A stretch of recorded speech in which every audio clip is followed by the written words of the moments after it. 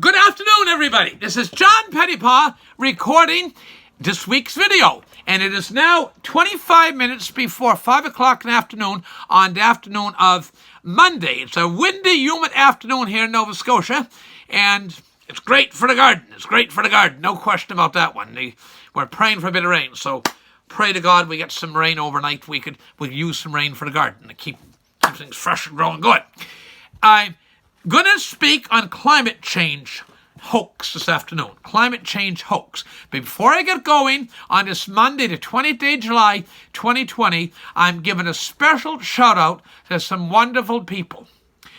Our refugee families, in particular, our ones in the Middle East. We have Syrians, we have Libyans. They've come here, they've come from a war-torn country or countries. We now have, and I had the privilege of meeting somebody new a few days ago. And the lady that gave him a tour and can speak English, and he actually speaks English quite well as well, but showing him the area. She's been in the area now for a number of years from Libya. Wonderful lady from the city of Tripoli, Libya.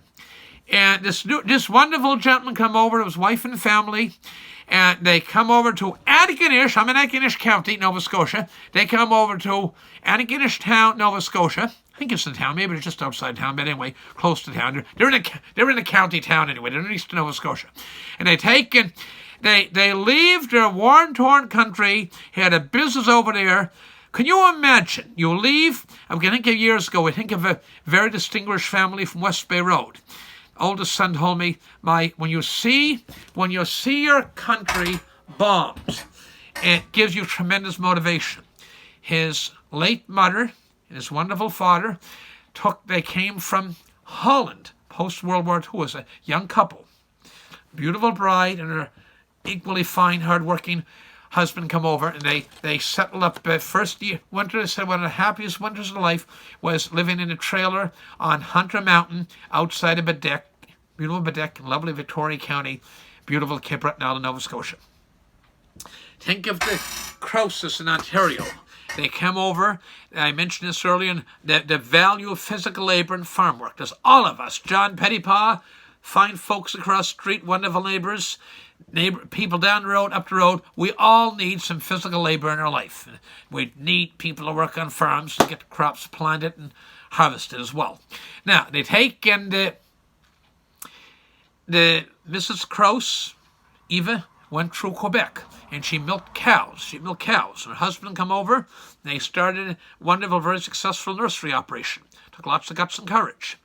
And now we're graced. I'm used the word very sincerely. We're graced with the presence of 5, 10, and 2. There is now 12 Syrian families in Antigonish.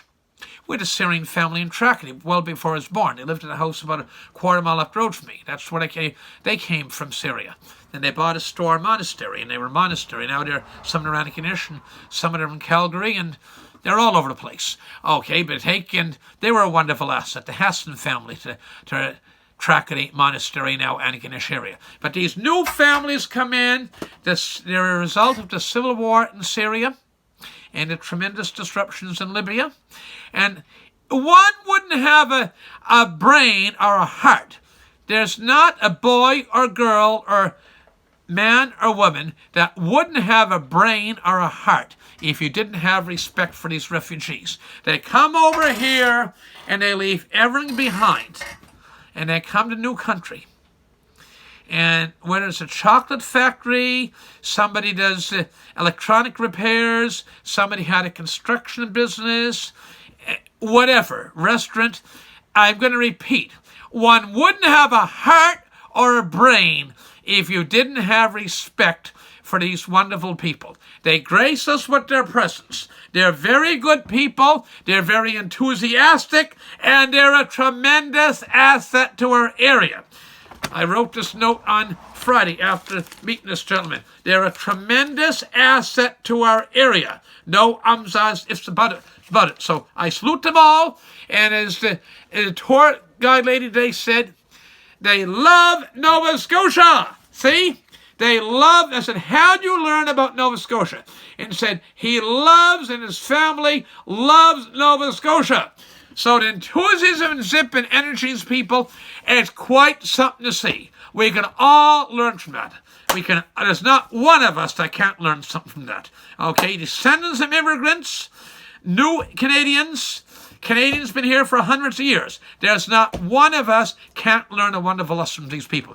Now, my topic today, it's a shout-out, a lengthy shout-out, but I said it, I mean it, it's a fact.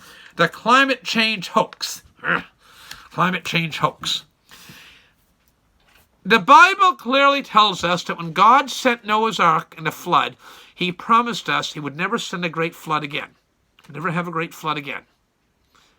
The tides rise, the tides settle. Seas rise, seas go dry. Rivers change course, new rivers form.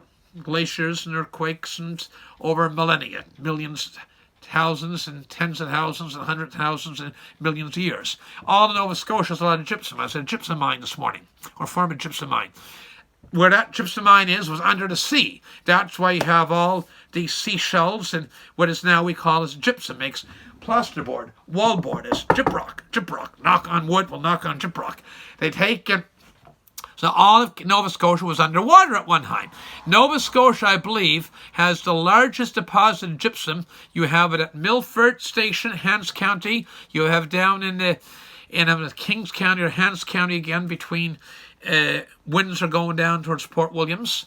You have gypsum. British plasterboard used to be up in Dingwall, Victoria County, up by Shettycamp. Gypsum deposits up there. You had gypsum deposits at River Denny's in Inverness County, Sugar Camp in Inverness County, and Melford in Inverness County. There's some gypsum out at Southside Harbour. I see go by the train now from just west of Antigonish, a place called Briley Brook. So Nova Scotia, for a relatively small province, has a disproportionately large amount of gypsum in it because we were all under the sea one time. So tides and waters and rivers and oceans rise and fall. And for people, these alarmists, whether it's David Suzuki or the Council of Canadians or the Sierra Club or these know-it-all environmentalists that think they know everything, to get and say that if we don't do this, we're going to have catastrophic flooding in 20 years. We're all going to be underwater and going around like Jacques Cousteau, was it 1,000 Leagues Under Sea or something. It was a film back, it was a movie, I think, or documentary back when I was a kid, 50 years ago. Anyway, the climate change hoax. Yes, the climate changes. Here I have a flag of Newfoundland. Now, Newfoundland, I always praise Cape Bretoners and rural Nova Scotians, small town Nova Scotians. Newfoundland, lovely, beautiful province, Newfoundland, Canada's newest province, coming to Confederation in 1949. Newfoundland, when the Vikings first come, and about year 1000, Lancet Meadows at the far tip of Newfoundland, Lancet Meadows, they called it Vinland. Vinland meaning vine, V-I-N-E. Vineland, Vinland, Vineland. And they found grapes. Now that's up by St. Anthony. You go up to Great Northern Peninsula. Porter Schwa, Daniels Harbour, Parsons Pond, Cow Head.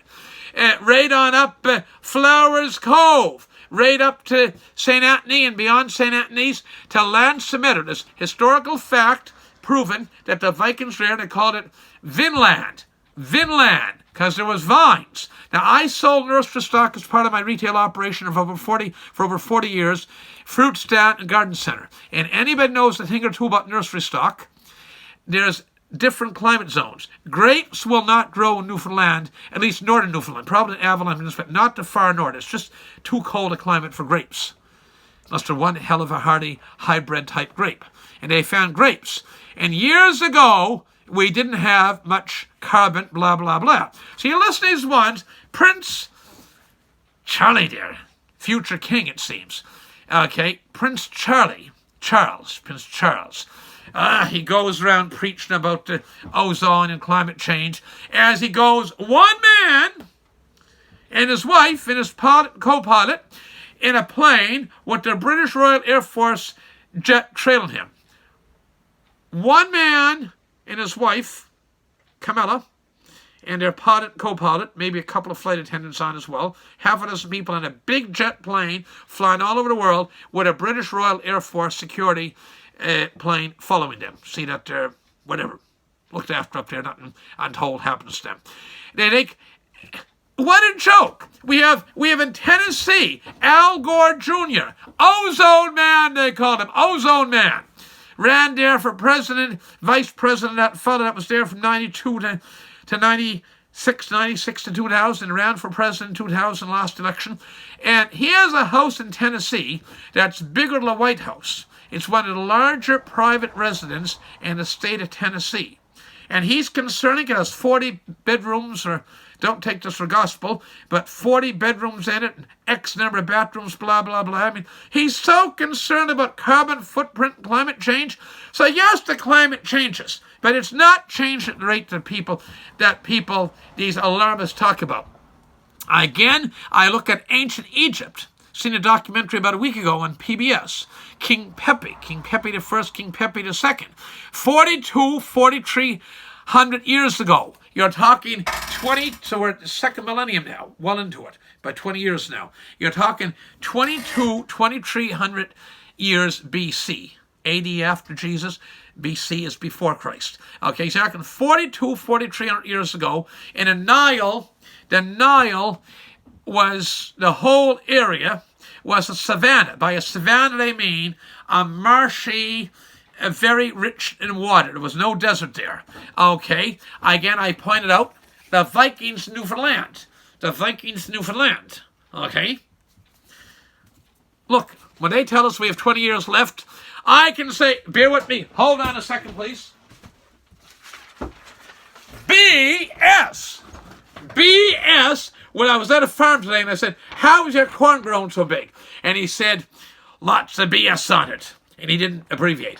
BS. When these climate change experts, so-called, come out and tell us we have 20 years left, don't believe it. You look at Joe Biden offering a Democratic ticket to presumptive nominee for president, and the radical left, the communist, Marxist, Leninist thing he's pushing, they're going to ban this,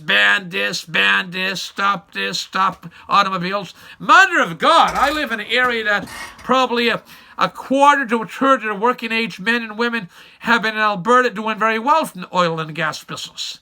And that's a fact. So you're condemning these people that they can't have a job, that you can't have a car. The climate does change. But is it man-made climate change? No. When the Vikings came to Newfoundland 1,000 years ago, the climate was warmer. Nobody talks about that one. Nobody talks about that. The climate was warmer then. Are we to believe that the cook on the Vikings canoes coming over and the Viking boats, glorified canoe, and they were fearsome, wonderful sailors with lots of gall and backbone, those Vikings. Are we to think that the cook served them beans, breakfast, dinner, and supper, and they put too much methane gas out in the thing, and it made the climate warm? I don't think so. You look at King Pepi I and II emperors, kings of Israel back in of Egypt, back 4,300 years ago. It was a savanna. Now it's a desert. The Nile River's still there, but it's the climate change over time. Didn't happen since Henry Ford and John D. Rockefeller. That it's been a desert back for hundreds of years, probably several thousand years, maybe not several thousand, but time of the Crusades certainly was a desert. Okay, that's 1200 AD. That's 800 years ago, close to 1,000 years ago. So it didn't happen from man-made stuff. Should we be reckless with the environment? No, of course not. Good environmental practices within reason is good business, and good just as human beings. God implores us to be good stewards of the land and the earth. But this climate change hoax, no ahs, ifs, and buts about it, as these alarmists give, is a bunch of BS. So with that, I'm going to finish up on Joe Biden. We have a solution for Joe Biden. Just say no. Just Nancy Reagan said say no to drugs. John Pettipas is going to plagiarize Ronald Reagan's wonderful, saintly Ronald Reagan's wonderful wife, late Nancy Reagan. They're both in heaven now. That great Republican heaven and sky, okay, called heaven. They take, and she said, just say no to drugs. I got a little expression I'm going to use here. It's called, just say no to Joe. Say no to Joe. No, Joe Biden. Donald Trump. President Trump. 4 more years. Trump 2020. With that, I got to go. I go on a little bit longer than normal again. I want to thank you for tuning in. I ask to thank all of my new subscribers, and I want to thank each and every one of you fine folks that so loyally tune in, view my videos, write comments, and I ask anybody out there, if you're so kind, to spread the word.